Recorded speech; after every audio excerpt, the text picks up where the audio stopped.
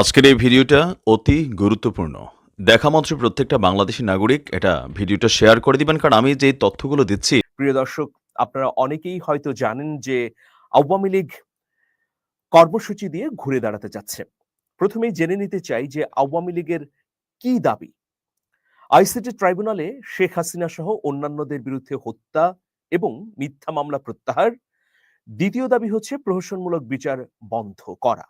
এই দুটো দাবিতে আওয়ামী লীগ নতুন কর্মসূচি দিয়েছে। কিন্তু প্রশ্ন হচ্ছে যে গণহত্যার পরে আওয়ামী লীগ কি আবার ঘুরে দাঁড়াতে পারবে? বা এই অন্তর্বর্তীকালীন সরকার আওয়ামী লীগ কি এই সরকারের সময়ে আওয়ামী লীগ কি রাজনীতি করার অধিকার বা সুযোগ পাবে?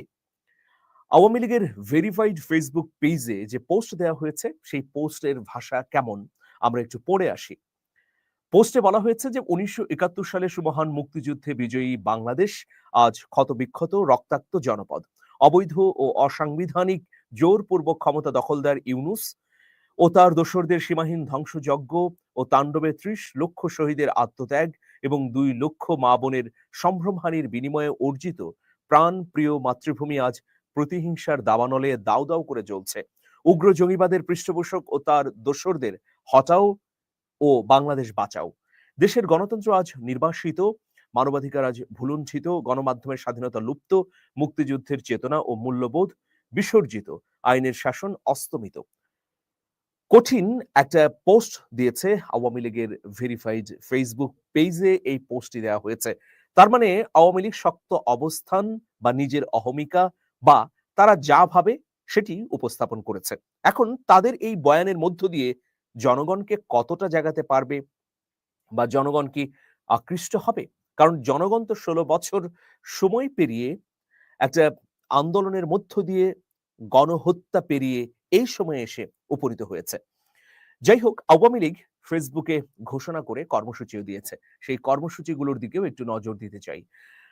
পহেলা থেকে ৫ ফেব্রুয়ারি লিফলেট বিতরণ, ৬ ফেব্রুয়ারি প্রতিবাদ মিছিল ও সমাবেশ, ১০ ফেব্রুয়ারি বিক্ষোভ মিছিল ও সমাবেশ, ১৬ ফেব্রুয়ারি অবরোধ কর্মসূচি, ১৮ ফেব্রুয়ারি দেশব্যাপী সকাল সন্ধ্যা সর্বাত্মক কঠোর হরতাল। আওয়ামী লীগ এই কর্মসূচি ঘোষণা করে দেশের মানুষের প্রতি বলেছে যে দেশের মানুষের রাজনৈতিক ও গণতান্ত্রিক অধিকার আদায়ের এসব কর্মসূচিতে কোনো প্রকার বাধা প্রদান করা হলে আরো কঠোর কর্মসূচি ঘোষণা করা হবে। প্রিয় দর্শক, এখন এই ধরনের কর্মসূচিতে মানুষ সাড়া দেবে কিনা? মানুষের কথা দূরে থাক, মানে সাধারণ জনগণের কথা, আওয়ামী লীগের কর্মীরা সাড়া দেবে কিনা বা সাড়া দিতে পারবে কিনা, বাস্তবতা কি বলছে? এর আগে দুবার আওয়ামী লীগ কর্মসূচি দিয়েছিল। সেসব কর্মসূচিতে আমরা রাজধানীতে মধ্যরাতে অথবা ভোরবেলায় ঝটিকা ২-১ টি মিছিল করতে দেখেছি। সেইসব মিছিলে একেবারে তৃণমূলের নেতাকর্মীরা উপস্থিত ছিল। অনেকেই ইতোমধ্যে গ্রেফতার হয়েছে। তো এখন বিষয় হচ্ছে যে আওয়ামী লীগের মুখপাত্র কে? আওয়ামী লীগের প্রতিনিধিত্ব কারা করছে? এই যে গত দুবারের কর্মসূচি আওয়ামী লীগের, সেখানে তো শীর্ষস্থানীয় কোনো নেতৃবৃন্দকে দেখা গেল না। আওয়ামী লীগ কাদের মাধ্যমে পরিচালিত হবে এই নতুন প্রেক্ষাপটের বাংলাদেশে? সেটাও কিন্তু চিহ্নিত নয়, সেটাও কিন্তু ঠিক করেনি দলটি। তাহলে এইসব কর্মসূচি কি কেবল মাঠকে টেস্ট করবার জন্যে যে একটা কর্মসূচি দিলাম, এই কর্মসূচির মধ্য দিয়ে আওয়ামী লীগের নেতাকর্মীরা কিভাবে সাড়া দিচ্ছে বা কি পরিমাণ নেতাকর্মী মাঠে নামে, তাদের মধ্যে কোনো জাগরণ তৈরি হয় কিনা? এই ধরনের পরীক্ষামূলক কর্মসূচি কিনা? কারণ এর আগে আমরা যা দেখেছি, আটঘাট বেঁধে আটঘাট বেঁধে বা জীবন বাজি রেখে নেতাকর্মীদের নামতে আমরা দেখিনি। যাই হোক, প্রিয় দর্শক, আমি আরো গভীরে আলোচনা করব। থাকুন আপনারা সবাই আমার সঙ্গে। কিন্তু আওয়ামী লীগকে নিয়ে কি ভাবছে এই অন্তর্বর্তীকালীন সরকার? অন্তর্বর্তীকালীন সরকারের প্রধান উপদেষ্টা ডক্টর মোহাম্মদ ইউনূসের প্রেস সচিব শফিকুল আলম, তিনি আওয়ামী লীগ নিয়ে বেশ কিছু মন্তব্য করেছেন এইসব কর্মসূচি দেওয়ার পরিপ্রেক্ষিতে। তিনি বলেছেন যে জুলাই আগস্টের গণহত্যার বিচার না হওয়া পর্যন্ত আওয়ামী লীগকে কোনো রাজনৈতিক কর্মসূচি করতে দেয়া হবে না। আরো বলেছেন তিনি, একই সঙ্গে হত্যাকাণ্ডের জন্য তাদের জাতির কাছে ক্ষমা চাইতে হবে। এই বক্তব্যটির পরিপ্রেক্ষিতে ছাত্রদের প্রতিনিধিরা আবার বলছে যে ক্ষমা চাইলেই কি তাদের অপরাধ বিলীন হয়ে যাবে? যাই হোক, শফিকুল আলম আরো বলেছেন গণহত্যার জন্য দলের শীর্ষ নেতৃবৃন্দ দায়ী থাকতে পারে, কিন্তু তৃণমূলের নেতাকর্মীদের কেন রাজনীতি করতে দেওয়া হবে না জানতে চাইলে শফিকুল আলম বলেন, আওয়ামী লীগের গণহত্যার জন্য কোনো নেতা বা কর্মী কি অনুতপ্ত? তারা কি এজন্য ক্ষমা চেয়েছে? কি হত্যাযজ্ঞ হয়েছে আপনারা দেখেছেন। ৭১টি শিশুকে হত্যা করা হয়েছে। হেলিকপ্টার দিয়ে তাদের উপর গুলি চালানো হয়েছে। একজনও এজন্য অনুতপ্ত বা ক্ষমা চেয়েছে? চায়নি। শফিকুল আলম আরো বলেন যে মিত্রবাহিনী নাৎসিদের বিক্ষোভ করার অনুমতি দিয়েছিল কিনা। এরপর তিনি বলেন যে আওয়ামী লীগের বর্তমান নেতৃত্ব ও ফ্যাসিবাদী আদর্শ থেকে যতক্ষণ না পর্যন্ত নিজেদেরকে আলাদা করতে পারবে ততক্ষণ তাদের বিক্ষোভ করার বা কর্মসূচি পালনের কোনো অনুমতি দেয়া হবে না। আবারও তিনি প্রশ্ন করেছেন যে মিত্র বাহিনীকে নাৎসিদের বিক্ষোভ করার অনুমতি দিয়েছিল। শফিকুল আলম বলেছেন, আওয়ামী লীগের কেউ এসে বলেছে হাসিনার এই কিলিং আমরা মানি না, আমরা একটা ক্লিন ইমেজের লিডারশিপ চাই, একজনও কিন্তু বলেনি। বরং অনেকেই মিথ্যা কথা বলছে, গুজব বা প্রোপাগান্ডা ছড়াচ্ছে। এ ব্যাপারে সরকারের অবস্থান জানতে চাইলে শফিকুল আলম বলেছেন যে অন্তর্বর্তীকালীন সরকার বাংলাদেশের জনগণের প্রতিনিধিত্ব করে। আমরা দেশকে সহিংসতার দিকে ঠেলে দেওয়ার কোনো ধরনের প্রচেষ্টাকে সুযোগ দেব না। খুনিরা কোনো প্রতিবাদ সমাবেশ করলে তার বিরুদ্ধে কঠিন জবাব দেবে সরকার। আওয়ামী লীগকে রাজনীতি করতে হলে অবশ্যই গণহত্যার বিচারের মুখোমুখি হতে হবে এবং তাদের প্রকাশ্যে ক্ষমা চাইতে হবে। তাদের রাজনীতি করতে হলে ক্লিন ইমেজ নিয়ে আসতে হবে। প্রিয় দর্শক, শফিকুল আলমের এই কথার মধ্যে বেশ কিছু ইঙ্গিত রয়েছে। মানে প্রথমত বিচারের মুখোমুখি হতে হবে, গণহত্যাকে স্বীকার করতে হবে, ক্ষমা চাইতে হবে। এরপর যাদের বিরুদ্ধে কোনো অভিযোগ নেই, ক্লিন ইমেজ যাদের রয়েছে, এরকম নেতাকে আওয়ামী লীগ যদি সামনে আনে তাহলে হয়তো এই অন্তর্বর্তীকালীন সরকার রাজনীতি করার সুযোগ দিতে পারে। প্রিয় দর্শক, এই প্রসঙ্গ ধরে আমি বলতে চাই যে আওয়ামী লীগের পতনের পর আওয়ামী লীগের হাল ধরবে কে? নতুন প্রেক্ষাপটে বাংলাদেশে এই ধরনের আমরা অনেকবার পর্যালোচনা করেছি। তখন বেশ কিছু নাম উঠে এসেছে। যেমন সাবেক প্রেসিডেন্ট অ্যাডভোকেট আব্দুল হামিদ, নারায়ণগঞ্জের সাবেক মেয়র সেলিনা হায়াৎ আইভী অথবা সাবেক মন্ত্রী সাবের হোসেন চৌধুরীর নাম আমরা শুনেছি। কিন্তু বর্তমানে তাদের যে পরিস্থিতি, মাঠে নামার কোনো ধরনের সম্ভাবনাই দেখা যাচ্ছে না এই ৩ জনের মধ্যে, বা তাদেরকে সামনে রেখে আওয়ামী লীগ পুনর্গঠিত হবে এই ধরনের কোনো তথ্য আমাদের হাতে নেই। তবে সোহেল তাজ গণঅভ্যুত্থানের পর হঠাৎ করেই আওয়ামী লীগের বিরুদ্ধে কথার বাক্যবাণ ছেড়েছেন। তিনি অনেক ধরনের মন্তব্য করেছেন শেখ হাসিনাকে নিয়ে, আওয়ামী লীগের মন্ত্রীদের নিয়ে, আওয়ামী লীগের ফ্যাসিবাদী ব্যবস্থাকে নিয়ে। অনেকে মনে করে থাকেন বা বিশ্লেষকরা বলেন যে সোহেল তাজকে সামনে রেখে পুনর্গঠিত আওয়ামী লীগ মাঠে নামতে পারে। তখন তারা এটা বলতে পারে যে আমরা ক্লিন ইমেজের আওয়ামী লীগ চাই। ইতোমধ্যে সোহেল তাজের বোন এই আহ্বানও কিন্তু করেছেন যে আওয়ামী লীগকে শেখ পরিবার মুক্ত করতে হবে বা ক্লিন ইমেজ তৈরিকৃত বা ক্লিন ইমেজের ব্যক্তিদের দিয়ে নেতৃত্ব পরিচালনা করতে হবে। প্রিয় দর্শক, আপনারা জানেন যে সাম্প্রতিক সময়ে সাংবাদিক মাসুদ কামাল আওয়ামী লীগের রাজনীতি করার অধিকার নিয়ে বেশ কিছু ভিডিও কন্টেন্টে মন্তব্য করেছেন। এর ফলে আওয়ামী লীগ বলয়ের মধ্যে তার একটা জনপ্রিয়তা তৈরি হয়েছে। যেমন আজকেই ঢাকা রিপোর্টার্স ইউনিটির ক্যাম্পাসে এ নিয়ে আলোচনা হচ্ছিল। আওয়ামী পন্থী বেশ কজন সাংবাদিক বললেন যে মাসুদ কামালের মতো সাংবাদিকদের যদি আওয়ামী লীগ চায় তাহলে সামনে আনতে পারে, তাদেরকে ভ্যানগার্ড হিসেবে দাঁড় করিয়ে আগামী নির্বাচনের বৈতরণী পার হলেও হতে পারে আওয়ামী লীগ। এখন আওয়ামী লীগের যারা পুরনো নেতা ছিলেন, নেতৃত্বে কর্তৃত্বে ছিলেন, তাদের তো অধিকাংশই বাংলাদেশে নেই, পলাতক জীবনযাপন করছেন। আর যারা দেশে আছেন তারাও ফেরারি জীবনযাপন করছেন। তাদের প্রত্যেকের বিরুদ্ধে অসংখ্য মামলা। সুতরাং এখন যদি নিবন্ধিত দল হিসেবে আওয়ামী লীগ রাজনীতি করতে চায় তাহলে এমন ব্যক্তিবর্গ সামনে আসবে বা আনতে হবে যাদের ইমেজ সংকট নেই বা যাদের বিরুদ্ধে কোনো মামলা নেই বা গণহত্যার অভিযোগ নেই। এখন পেশাজীবীর যে বিভিন্ন সংগঠন আছে সেই সংগঠনগুলো থেকে আওয়ামী লীগ বাছাই করে সামনে আনতে পারে। সেক্ষেত্রে আমার ওই সাংবাদিক বন্ধুরা বললেন যে মাসুদ কামালকে আওয়ামী লীগ সামনে আনতে পারে রাজনীতি করার জন্য, যদি আওয়ামী লীগ চায় বা মাসুদ কামাল রাজি হন। যাই হোক প্রিয় দর্শক, আমরা তো শফিকুল আলমের বক্তব্য শুনলাম। মাহফুজ আলম এই অন্তর্বর্তীকালীন সরকারের অন্যতম উপদেষ্টা, তিনি বলেছেন যে গণহত্যার দায়ে অভিযুক্ত আওয়ামী লীগকে রাজনীতি করতে দেওয়া হবে না। এখন দেখুন, আওয়ামী লীগের রাজনীতি বন্ধ করবেন কিভাবে? প্রথম বিষয় হচ্ছে স্বয়ংক্রিয়ভাবে।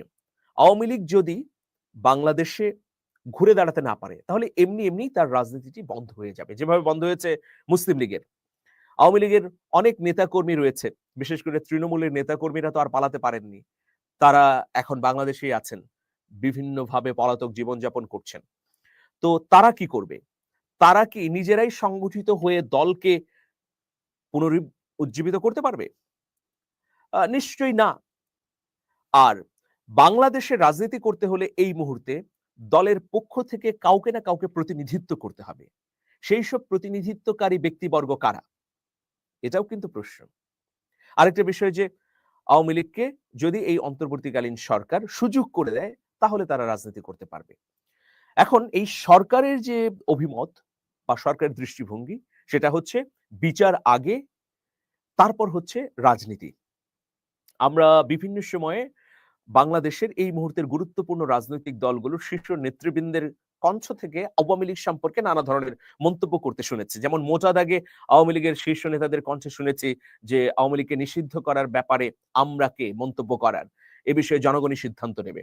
আবার এরা এই বিষয়ে মন্তব্য বিএনপির নেতারাও করেছেন, জামাতের নেতারাও করেছেন। আবার জামাতের শীর্ষ নেতৃত্বের পক্ষ থেকেও বলা হয়েছে যে ফ্যাসিস্ট বলতে চাই না, বা আওয়ামী লীগকে ক্ষমা করে দিলাম, বা আওয়ামী লীগকে নিষিদ্ধ করার বিষয়ে জনগণ সিদ্ধান্ত নেবে। কিন্তু আহত বা নিহতদের পরিবারের সদস্যরা বলছেন যে আওয়ামী লীগের প্রসঙ্গ যখন আসে, সাংবাদিকরা যখন প্রশ্ন করেন যে আওয়ামী লীগ রাজনীতি করতে পারবে কিনা বা নির্বাচন করার সুযোগ পাবে কিনা, তখন যাদের কাছে প্রশ্ন করা হয় সেই সব উত্তরদাতারা বলেন না যে এইরকম একটা গণহত্যার পরে গণহত্যার বিচার কবে হবে সেই প্রশ্নটি না করে আওয়ামী লীগের পুনর্বাসনের প্রশ্নটি কেন করছেন। এ নিয়ে কিন্তু বেশ ক্ষোভ রয়েছে শহীদ এবং আহতদের পরিবারের সদস্যদের। প্রিয় দর্শক, যাই হোক, বিএনপি বা জামাতের পক্ষ থেকে এইসব মন্তব্যের মধ্য দিয়ে খানিকটা সহানুভূতি আওয়ামী লীগ পেলেও জনগণের সামনে কোন বিষয় নিয়ে দাঁড়াবে? তারা আগে যে বয়ানটি দিত, সেই বয়ান নিয়েই কি দাঁড়াতে পারবে? এখন কি পরিস্থিতি সেরকম রয়েছে? প্রিয় দর্শক, এটা নিয়ে কিন্তু অনেক অনেক প্রশ্ন উঠতে পারে, বা সত্যিকার অর্থে আওয়ামী লীগের সাংগঠনিক শক্তি কতটুকু রয়েছে যে আওয়ামী লীগের যাকে আওয়ামী লীগেরই নেতাকর্মীরা মাঠে নেমে আসবে, হাজার হাজার নেতাকর্মী নামবে, সে ধরনের পরিস্থিতি কি আছে? যাই হোক প্রিয় দর্শক, এখন আমি নির্বাচন কমিশনের প্রেক্ষাপটে আসি। যে নির্বাচন কমিশন নির্বাচন করার আগে, এটা আমরা বিভিন্ন সময়ে দেখেছি যে সারা দেশের কমিটি এবং সংগঠনের নানা তথ্য চায়। নির্বাচন কমিশন এর বাইরে নিবন্ধিত দলগুলোর অর্থনৈতিক রিপোর্টও চায়, বার্ষিক আয় ব্যয়ের হিসাব চায়। এখন নির্বাচনটি যদি ডিসেম্বরে হয়, মানে নভেম্বরে যদি তফসিল ঘোষণা করা হয়, তাহলে হয়তো অক্টোবরে নির্বাচন কমিশন নিবন্ধিত রাজনৈতিক দলগুলোর অর্থনৈতিক প্রতিবেদন, আয় ব্যয়ের হিসাব এবং সাংগঠনিক বিষয়ে নানা তথ্যাদি চাইতে পারে। সেই সময়ে আওয়ামী লীগের পক্ষ থেকে কারা নেতৃত্ব দিয়ে এইসব প্রতিবেদন দাখিল করবে বা নির্বাচন কমিশনের সঙ্গে যোগাযোগ করবে, এটা কিন্তু একটা বড় ধরনের প্রশ্ন সাপেক্ষ বিষয়। ওই যে আমি আগেই বলেছিলাম যে আওয়ামী লীগ তো এখনো নির্ধারণ করেনি বাংলাদেশে তাদের পোস্টার বয় বা বাংলাদেশের মুখপাত্র বা বাংলাদেশে কারা সামনে আসবে এই প্রেক্ষাপটে, সেটা এখনো নির্ধারণ করেনি। কেবলমাত্র টেস্ট কেস হিসেবে তারা বিভিন্ন কর্মসূচি দিচ্ছে। এখন দেখুন, নির্বাচন কমিশন সংস্কারে যে প্রস্তাব দেওয়া হয়েছে, সেখানে খুব গুরুত্বপূর্ণ বিষয় উল্লেখ করা হয়েছে। যেমন নির্বাচন কমিশন সংস্কার প্রস্তাবনায় বলা হয়েছে গুম, খুন, হত্যা, ধর্ষণ, ভোটাধিকার হরণের সঙ্গে যারা যুক্ত, তাদেরকে নির্বাচনে আসতে দেয়া হবে না। এটা কিন্তু সুস্পষ্টভাবেই বলা হয়েছে। এখন এই প্রস্তাবনাটি যদি গ্রহণ করা হয়, না গ্রহণ করার কোনো কারণও নেই। এটা তো খুবই গুরুত্বপূর্ণ বিষয়। বা সুনির্দিষ্টভাবে তো আওয়ামী লীগের কথা বলা হয়নি। এই অনুচ্ছেদ অনুযায়ী যারা হত্যাকাণ্ডের সঙ্গে জড়িত বা যারা ভোটাধিকার হরণের সঙ্গে জড়িত সবাই পড়ে যাবেন। কিন্তু দল হিসেবে এখানে এই বিষয়গুলোতে এখন আওয়ামী লীগের দায়ই কিন্তু বেশি পড়ছে। সেক্ষেত্রে আওয়ামী লীগের শীর্ষস্থানীয় নেতারা তো নির্বাচন করতে পারছেন না, যদি সংস্কার কমিশনের এই প্রস্তাবনার অংশটুকু গ্রহণ করা হয়। এরপর আমি আসি আন্তর্জাতিক অপরাধ ট্রাইব্যুনাল। আপনারা জানেন যে আওয়ামী লীগের কেন্দ্রীয় নেতাদের সবাই আন্তর্জাতিক অপরাধ ট্রাইব্যুনালের গণহত্যার মামলায় আসামি হয়ে গেছেন ইতোমধ্যে। জেলা পর্যায়ের নেতাদের যদি ধরি অথবা সংসদ সদস্য হিসেবে যারা রয়েছেন তাদের নাম যদি আনি, স্থানীয়ভাবে তাদের প্রায় সবাই মামলায় যুক্ত হয়েছেন। তাহলে নেতৃত্ব দেবে কে?